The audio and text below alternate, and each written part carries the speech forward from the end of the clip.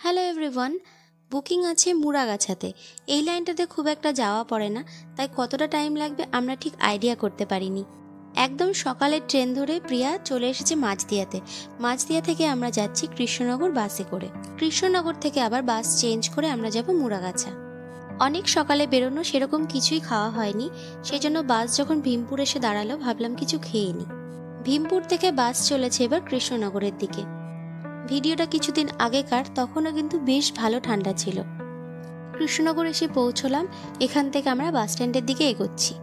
এখান থেকে কোনো একটা বাস ধরে আমরা এবার মুড়াগাছার দিকে রওনা দেব। বাসে তো উঠে পড়লাম, বাস পুরোই ফাঁকা। বাসে উঠে বসে তো রয়েছি, কিন্তু বাস ছাড়তে ছাড়তে অনেকটা সময় নিয়ে নিল। আমাদের ঠিক জানা ছিল না কটায় কটায় বাস ছাড়ে ওখান থেকে, কারণ আগেই বলেছি এই লাইনটা আমার কাছে একেবারেই নতুন। প্রথমে আমরা ভেবেছিলাম কৃষ্ণনগর থেকে ট্রেনে করে যাব। এখান থেকে ভিউটা দেখতে দারুণ লাগছিল। আমি প্রিয়াকে বললাম, দেখো মনে হচ্ছে নর্থ বেঙ্গলে চলে এসেছি। বাস থেকে নেমে আমরা টোটো করে ক্লায়েন্টের বাড়িতে চলে এসেছি। সে বসার ব্যবস্থা করেছিল নিচেই, কিন্তু প্রচণ্ড ঠান্ডা লাগছিল বলে আমরা বললাম চলো ওপরে গিয়ে বসি, একটু রোদে বসা যাবে, ভালো আরাম হবে। ক্লায়েন্টের নাম হলো সুদেশনা। সুদেশনা অনেকবারই আমাকে বলেছিল, দিদি ছাদ কিন্তু পরিষ্কার করা নেই, আমার ভালো লাগছে না, ওপরে গিয়ে বসো না, কিন্তু আমরা শুনিনি।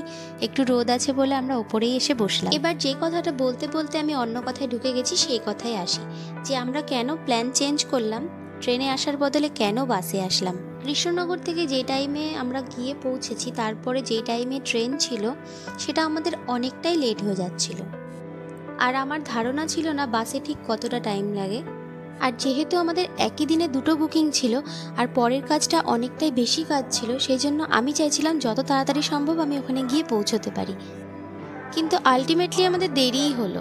যতটা তাড়াতাড়ি যাব বলে ভেবেছিলাম ততটা তাড়াতাড়ি কিন্তু আমরা গিয়ে পৌঁছতে পারিনি। সুদেশনার দিদি আমাদের জন্য দারুণ খাওয়া দাওয়ার ব্যবস্থা করেছিল, যেটা না বললেই না। তারপরে আমরা কাজ শেষ করে যতক্ষণে ফিরবো সেই সময় আবার ট্রেন ছিল না, যে কারণে অগত্যা আমাদেরকে আবার বাসেই ফিরতে হলো। আর বাসটা যে আমাদেরকে কি ভুগিয়েছে সে আর কি বলবো, যেখানে দাঁড়াচ্ছে তো দাঁড়িয়েই যাচ্ছে। যাই হোক, এই হলো আমাদের ফাইনাল ডিজাইনটা। প্রিয়া আজকে আমাকে দারুণ সঙ্গ দিয়েছে। কৃষ্ণনগর এসে পৌঁছে এই বাচ্চাটাকে দেখলাম, খুব ভালো লাগলো, ভাবলাম একটা ভিডিও ক্লিপ নিয়ে নিই। এরপরে আরও একটা বাস ধরার পালা। তারপরে আমি ভেবেছিলাম বাড়ি যাব, তারপরে সেই ক্লায়েন্টের বাড়িতে যাব, কিন্তু সেটা আর হলো না। আমাকে বাস থেকে নেমেই সেখানে চলে যেতে হলো। এবার সুদেশনা কি বলছে একটু শুনে নিই। আমার নাম সুদেশনা সাহা, আমার বাড়ি মুড়াগাছা।